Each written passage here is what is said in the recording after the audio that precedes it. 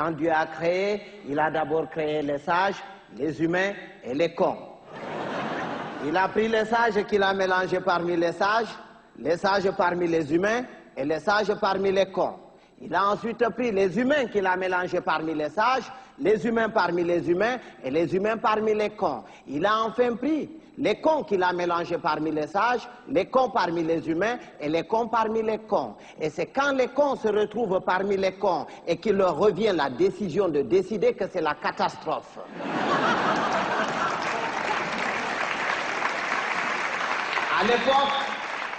À l'époque, quand il y avait 2 ou 3 cons dans un village, on les extirpait du village pour les confier à un sage afin de s'occuper de leur rééducation. C'est après qu'on les remettait dans la société.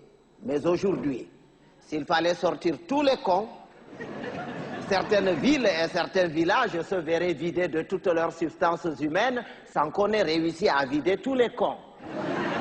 Et un con, c'est un con. Il ne reconnaît jamais qu'il est con.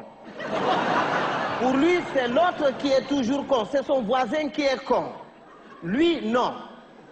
Il est tel une bête qui refuse de se reconnaître bête, mais qui ne cesse de paître dans la prairie de la bêtise.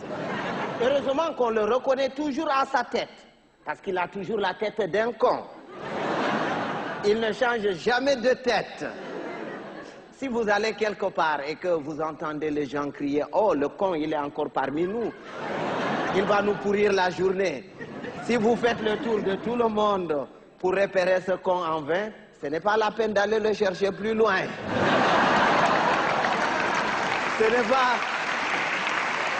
C'est pas qu'il y a plus de cons cette année que les années dernières, mais c'est parce que les cons de l'année prochaine sont déjà parmi nous.